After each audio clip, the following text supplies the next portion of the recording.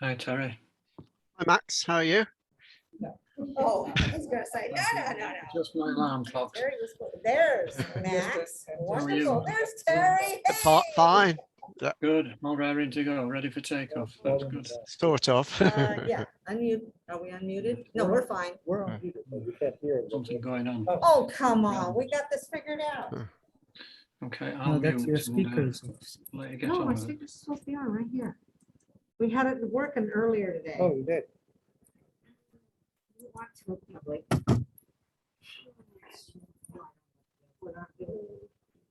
Because we had it working. Oh, right there, yes. Yeah, it's unmuted. Yeah. It's muted, yeah. Okay, turn it all up. Now, can we hear you, Terry? Terry speaking? Okay, he's not muted.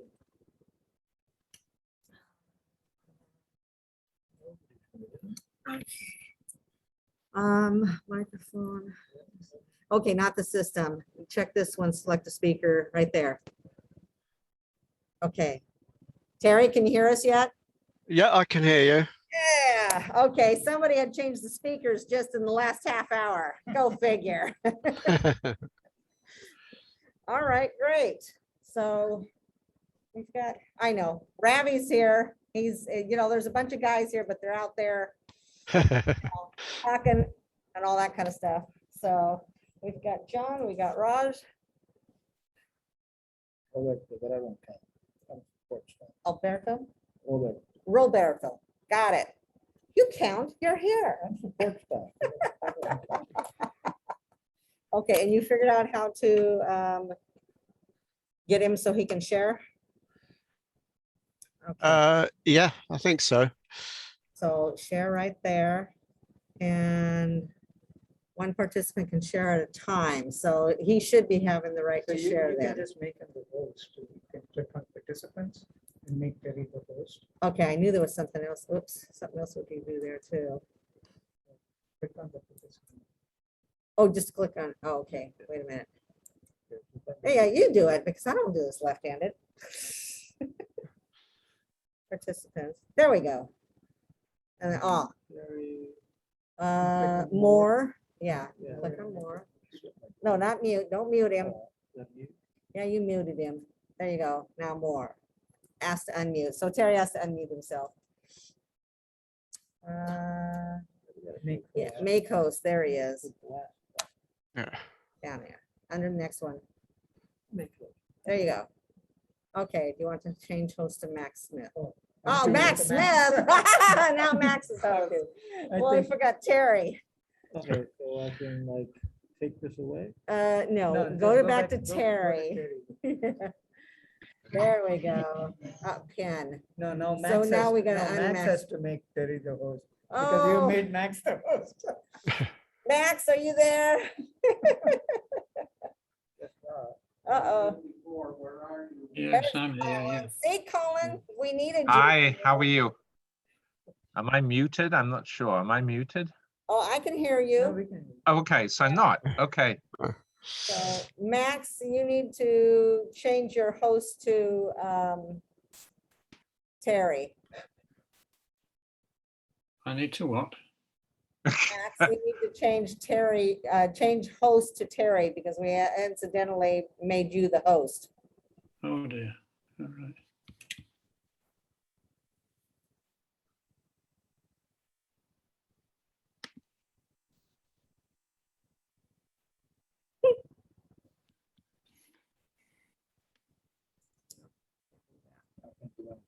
No, we can't do anything. We've lost out here. Well, I think I'd better log out and come back in because I'm not sure I've got Huh, okay. controls. Now click on participants and then make Terry the host. Should be able to Hmm. give him sharing power without, so we both have sharing power. Yeah, then you have to uncheck the one that says make only one person. All right, yes, Yeah. well, I've done it. That's what I was I've done it on- hoping to do. Forget this host stuff. Yeah, but Terry's the that- host. that- Okay. Sometimes people accidentally hit something and they end up taking control of the presentation. Well, we can shut him down. Yeah. Okay, there's Max. Okay. All right. Oh, Terry is back. Okay, Terry's host now. There you go.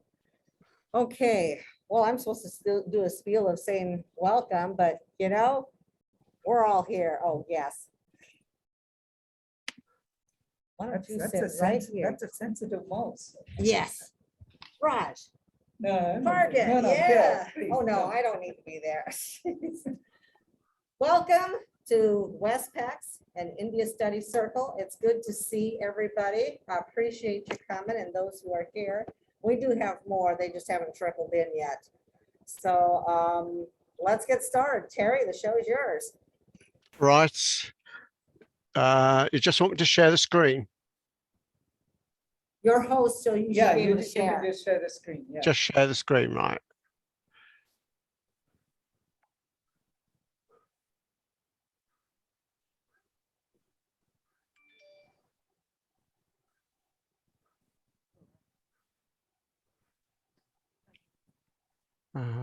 Slideshow.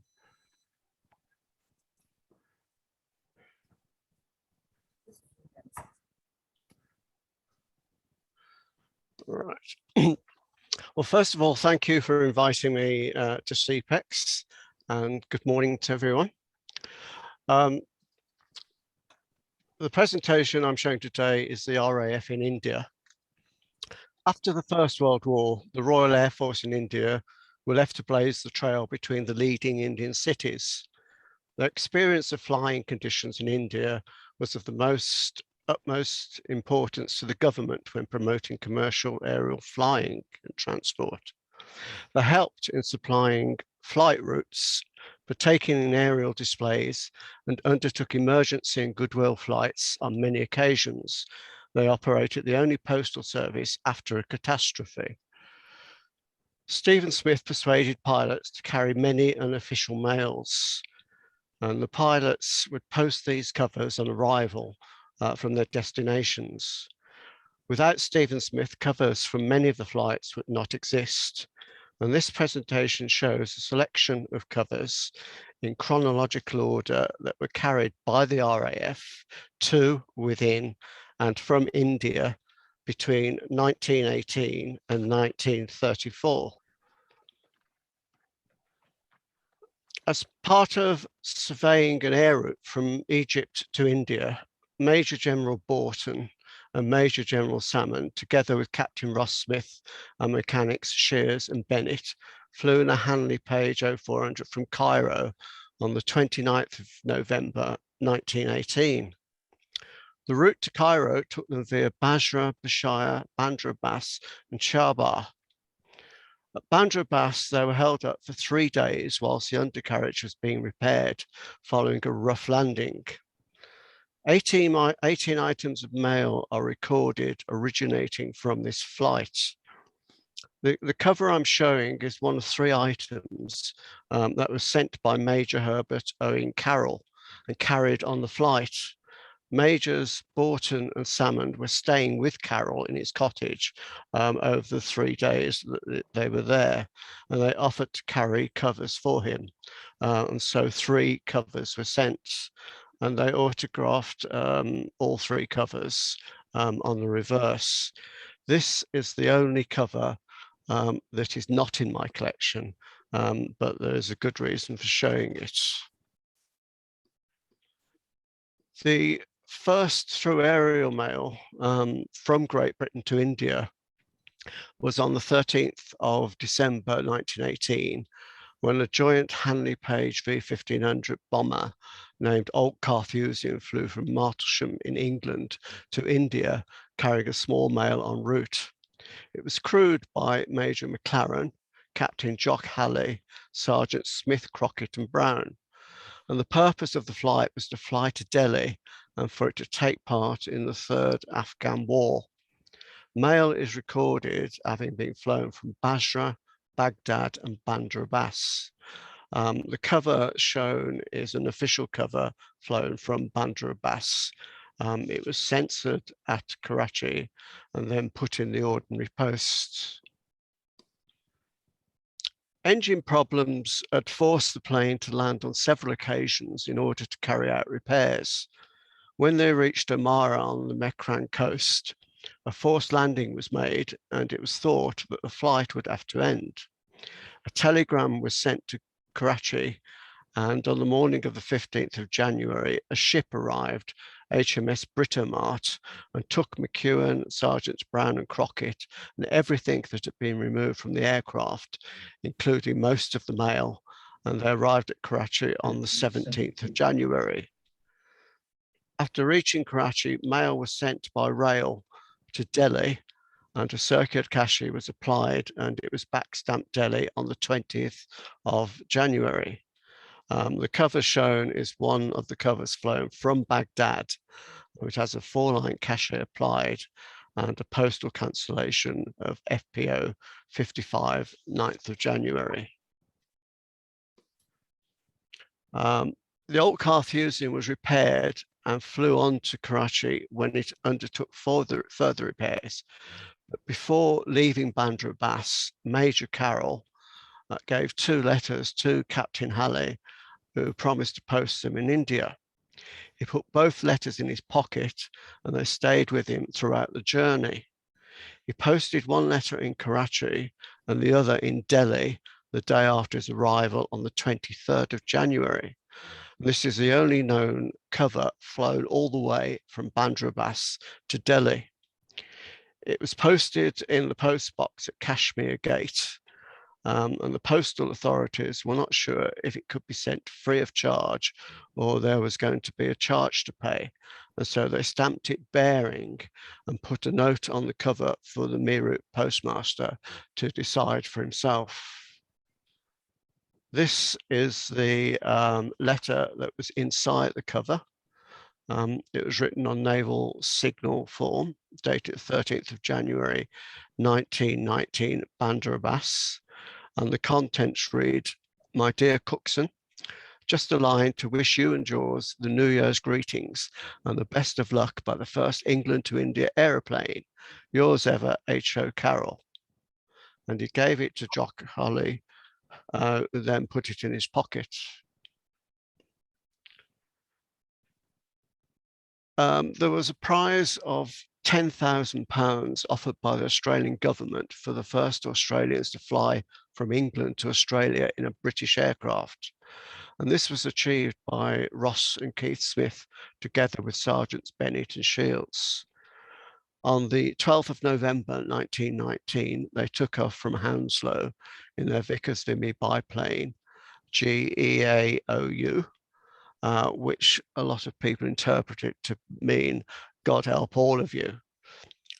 Darwin was reached on the 10th of December 1919, the journey being completed in 27 days and 21 hours.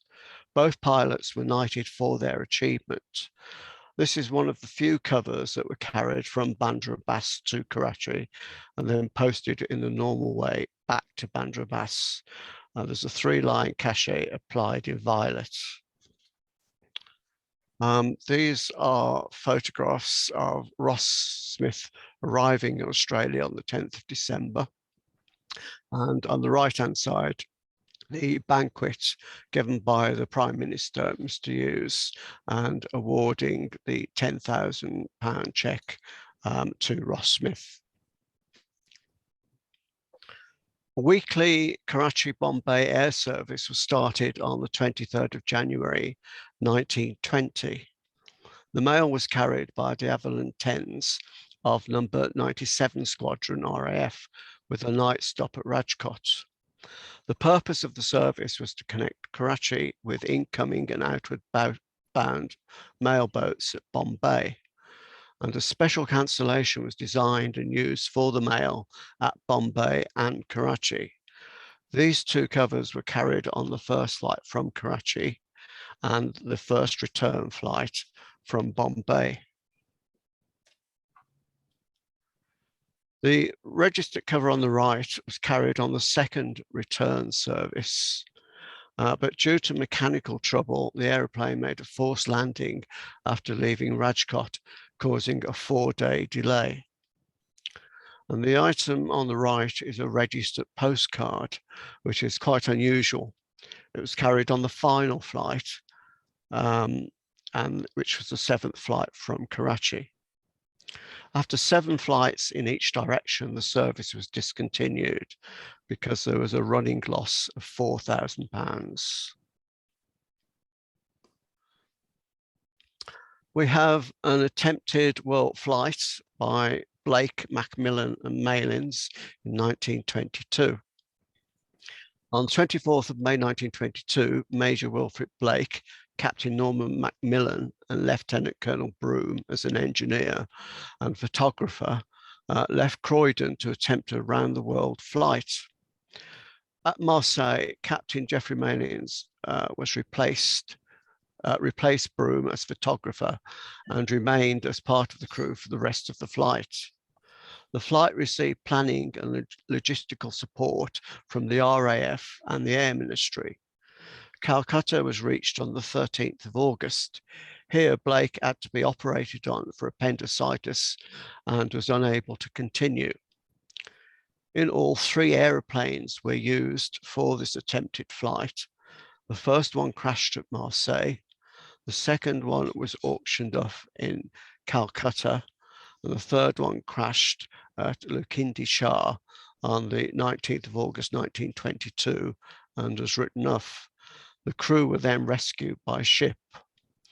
On the left, we have a photographic postcard of their arrival in Karachi. And the postcard on the right is one of 5 recorded items flown from Charbar to Karachi, and it is signed by Captain Malins.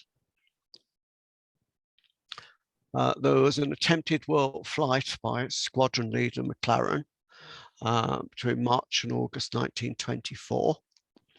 Squadron Leader McLaren and Flying Officer Plenderleith and their Mechanic Flight Sergeant Andrews left R.A.F. Calshot on the 25th of March 1924 in their Vickers Vulture amphibian in an attempt to fly around the world. The venture ended in failure after 2 engine changes, many mechanical problems, the illness of Andrews, and even a replacement aeroplane. The second plane was wrecked near the Aleutian Islands on the 2nd of August 1924, thus ending the flight. The cover is one of 2 known from this flight, and it was carried from England to India. It was posted in India with a TPO cancellation J18 in set number 2, the 7th of May, and it's signed by Flying Officer Plenderleith. There was a letter enclosed in the other cover, which explains that all the rest of the mail had been lost, so that they could reduce the weight that they were carrying and make more room for petrol. And at this time, they were stuck in the Sind Desert waiting for a new engine.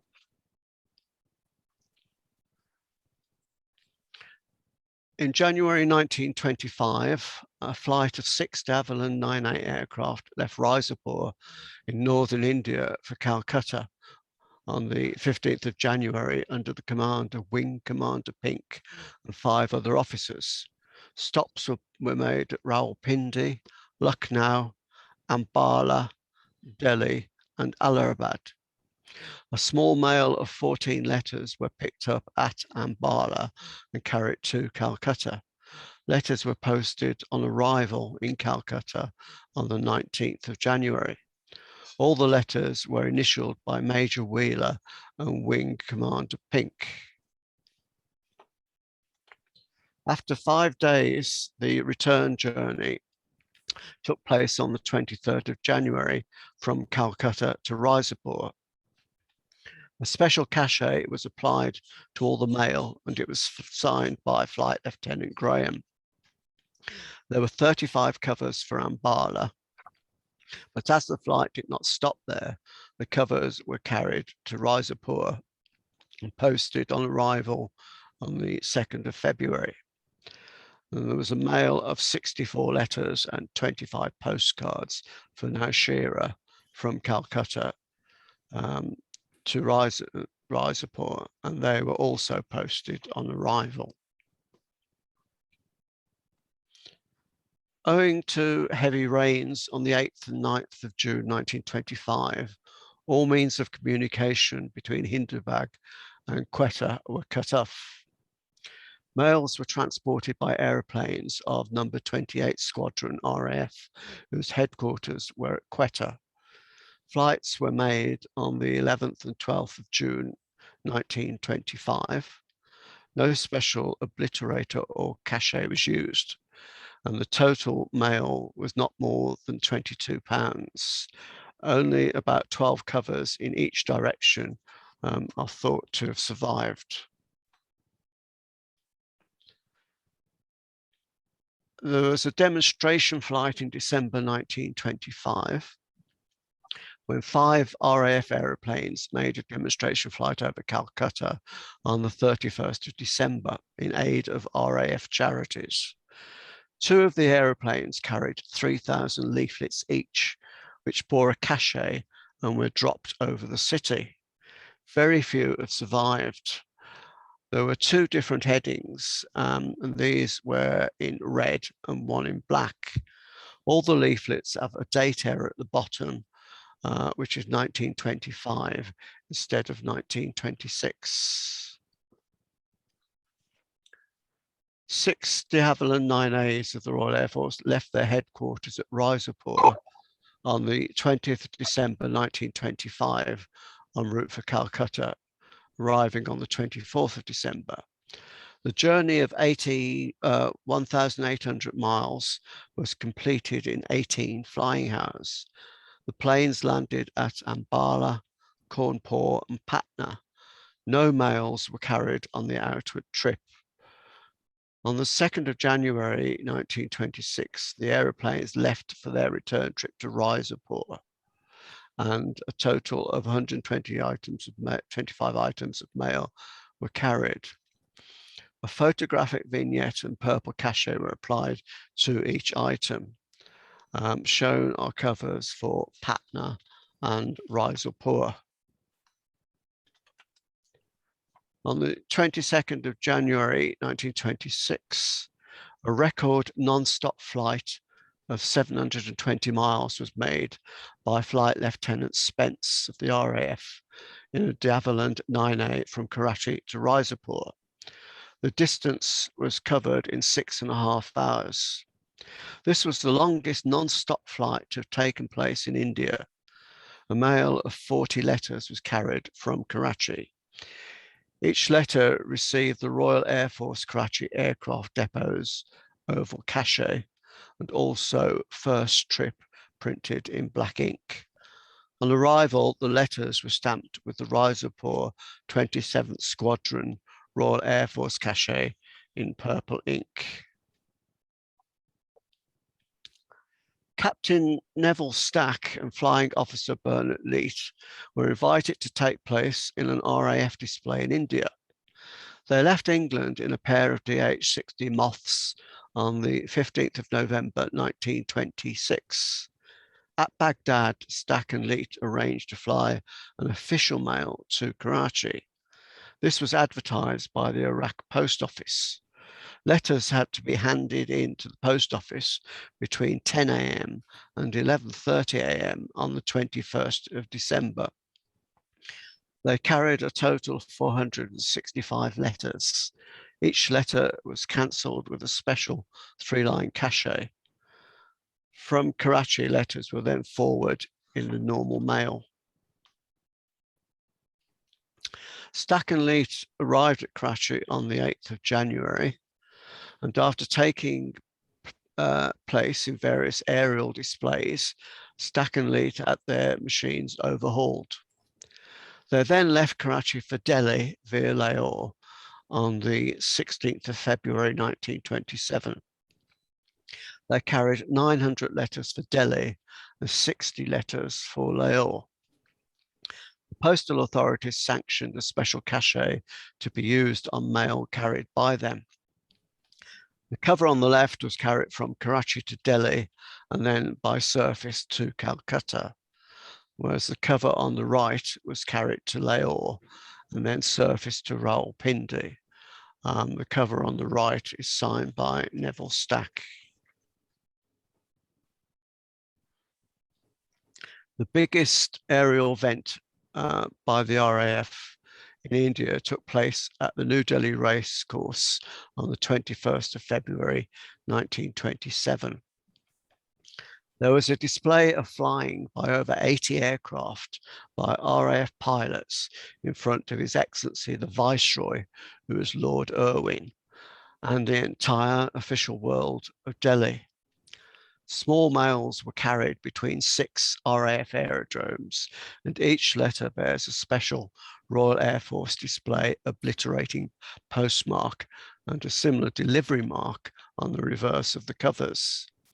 The 6 aerodromes with special postmarks from which mail was flown are Ambala, Delhi, Kohat, Lahore, Peshawar, and Raizapur.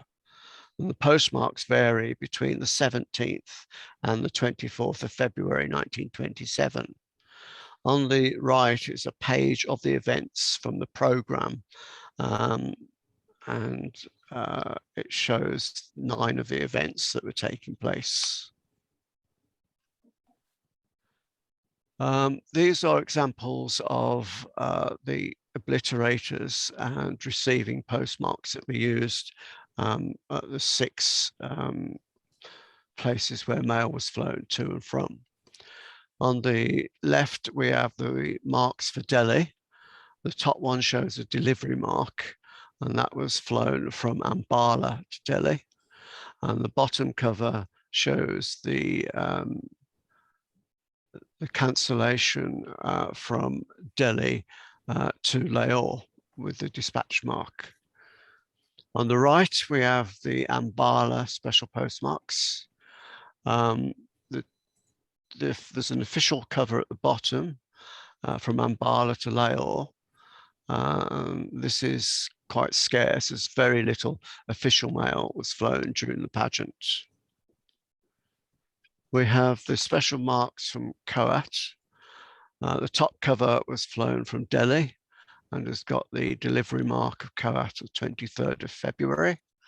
And the lower item is a postcard flown from Kohat to Delhi and charged to the half Anna wrote. Very few postcards were carried during the display.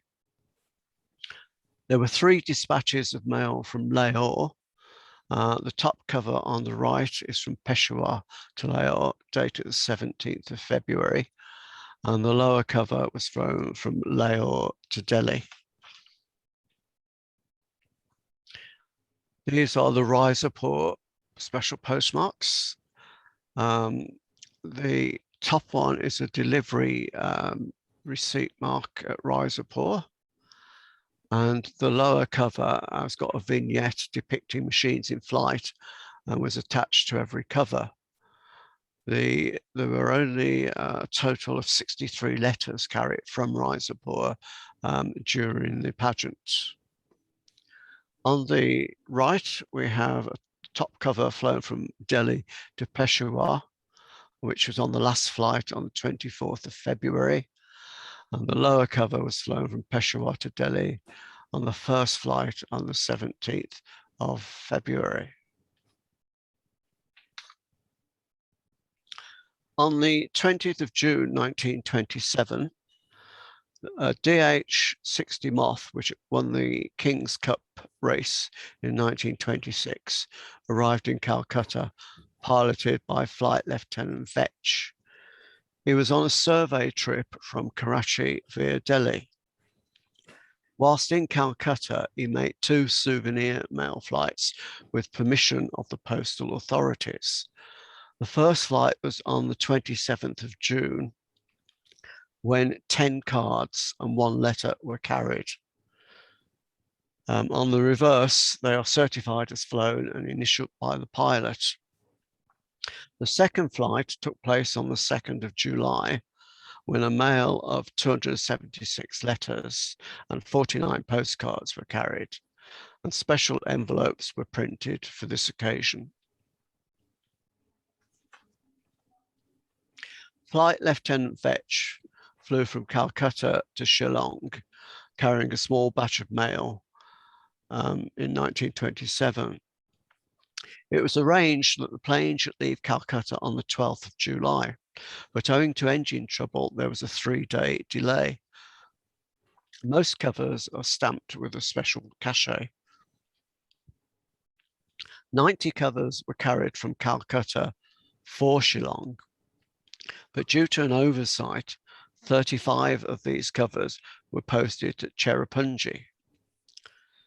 55 of the letters that were posted at Shillong had instructions to the postmaster to return the letters to Calcutta, which is shown on the top right-hand cover. And then there were 19 letters carried from Calcutta for Dhaka, which is shown on the bottom right. On the 17th of October 1927, 4 Southampton Supermarine flying boats left Plymouth on a service flight to Australia under the command of Group Captain Cave Brown Cave. Mail was carried and it included 11 photographic postcards from Bombay to Colombo, which is shown on the left. There are also 92 items carried from Calcutta to Akiab and 127 items from Calcutta to Rangoon. Each of the covers has a label with a map of India attached to them. Due to severe floods washing away the railway and destroying all means of communication between Shikarpur and Sultanakot, an emergency airmail was inaugurated on the 10th of August 1930 between Jacobad and Reti, which was a distance of 124 miles. The service operated until the 9th of September. The post office asked the R.A.F for assistance, and number 36 Squadron under Flight Lieutenant Walter Ackerman, who was based at Reti, started a daily service. The service was not reported in the press, and although much of the mail must have been carried, very little has survived. The cover shown on the right was signed by Flight Lieutenant Walter Ackerman and was flown from Jacobite to Reti and then by service to Delhi. Jeffrey Brown says there's only one cover recorded that's signed by Ackerman. I don't know whether that's the one or whether there are others. We have some covers bear a one-line cachet in purple ink, which says emergency airmail, or a vignette in grey, or a combination of both. These originate from Stephen Smith. On the left, we have a cover with the cachet and vignette, and on the right, we have a postcard with just the one-line cachet. The first time the R.A.F. in India attempted a demonstration flight to the Far East was in 1930. 3 aeroplanes left Delhi on the 1st of November 1930 under the command of Sir Geoffrey Salmond, Air Officer Commanding India, and flew to Calcutta, Bangkok, and Singapore. A Wapiti plane piloted by Flight Lieutenant Anderson left Karachi on the 30th of October to join the R.A.F. flight. And this is one of 25 covers carried from Karachi to Calcutta. It has a 3-line rectangular cachet and is signed by Anderson. One of the reasons for the flight was to survey a possible future airmail route to Malaya. It was also obligatory to complete a scheduled number of flying hours by the pilots. Shown are a cover flown from Delhi to Allahabad, which is the top left, and also one from Delhi to Calcutta, which is the bottom left. The cover on the right was flown from Calcutta to Bangkok, and on arrival, a postage stamp was applied, and it was then posted in the normal way.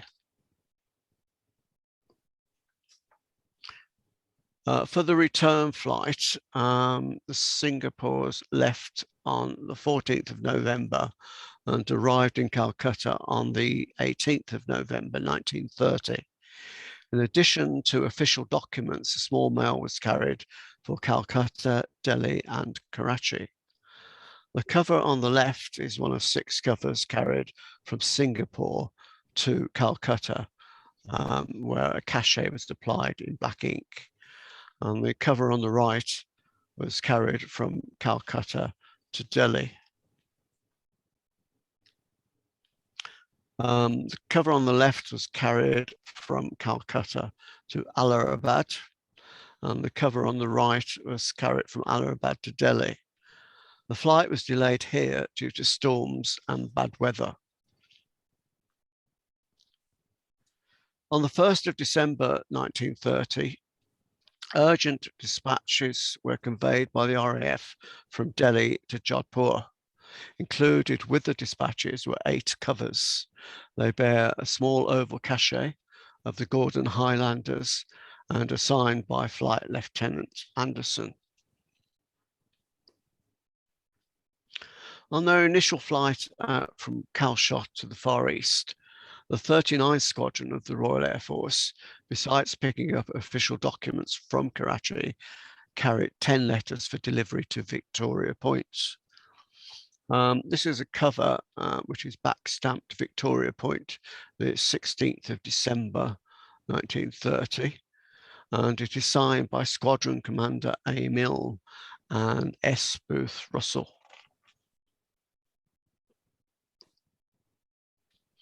A special flight by Flight Lieutenant Anderson took place in April 1932. This was to convey His Excellency the Viceroy, Lord Willingdon, from Peshawar to Quetta via Kohat. A small mail was carried, including this cover that was flown from Kohat to Quetta. The photograph on the left shows the Avro 10 at Quetta and is signed by Flight Lieutenant Anderson. This was the first civil flight along the northwest frontier of India.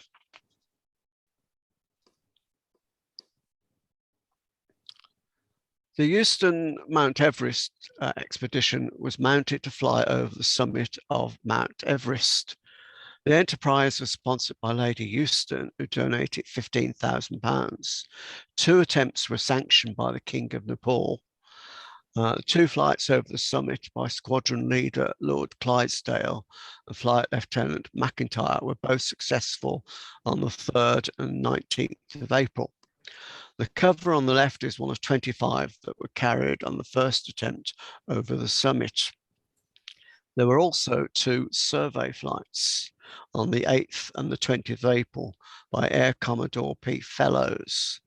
The cover on the right is one of 87 and was carried on the first survey flight by Fellows.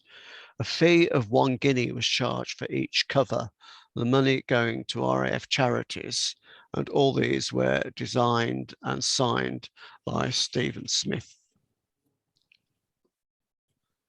A special emergency earthquake flight was carried out by Flying Officer Knocker on the 17th of January 1934. The route was Musafirpur, Darbhanga, Dum Dum. 28 covers were carried. The machine was damaged on landing and the return flight was delayed by 7 days. A second flight was carried out by Flying Officer Knocker on the 29th of January 1934. The route was Dum Dum to Darbhanga. 66 covers were carried. All the covers have a triangular label attached to them. And that is the end of my display, taking us up to 1934.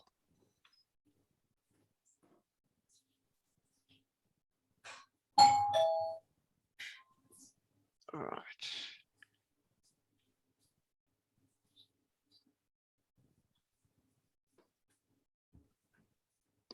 So Terry, are you going to take questions from anybody who has questions?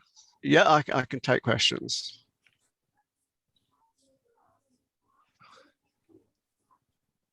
Unfortunately, I can't see who's at the SEAPEX show. So hopefully they could hear that whether people have questions.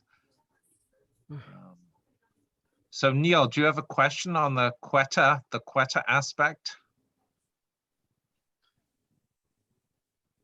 Sorry, Colin, I just had to unmute my thing.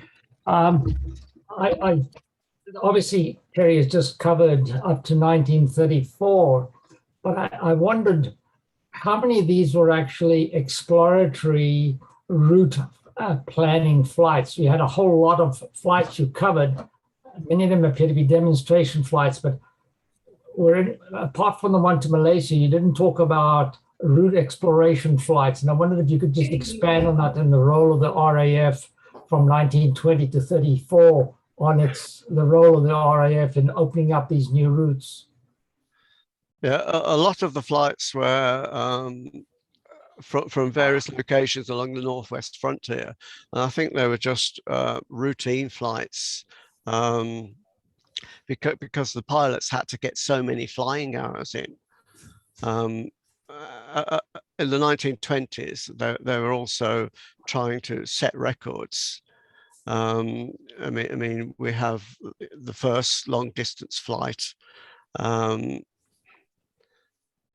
but they were also surveying the route, which wasn't really known at that time. Thank you.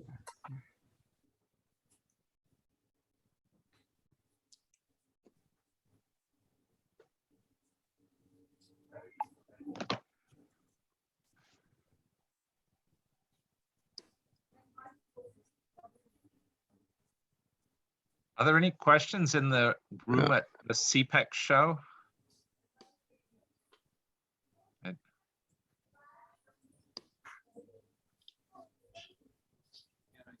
Yes. You can just text him. Or just, if you sit here, it's okay. This is my computer. Okay, good morning. Can you hear me okay? Yep. Okay. Now I'm totally ignorant of this, but I'm also a World War II history buff, and I was wondering how long these flights were continued up until the beginning of World War II. Can you give me a little background about what happened between about 1935 up to the beginning of World War II? There was very little flights actually where mail was carried. I know some mail was carried during the Quetta earthquake, which Neil will probably show some when he does his presentation. But the only other mail I've seen is to do with another earthquake that took place, which I think was in 1942. So there's very little happened after 1934, 35.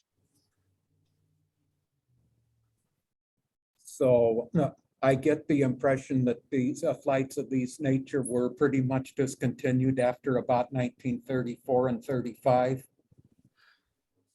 Well, it wasn't necessary to for the R.A.F. to take part in surveying routes after 1935 because there were established Indian routes by then to nearly all the major cities.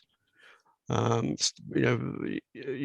got Imperial Airways that established the route, and also you've got Tata that established the route from Karachi down to Madras. Well, thank you.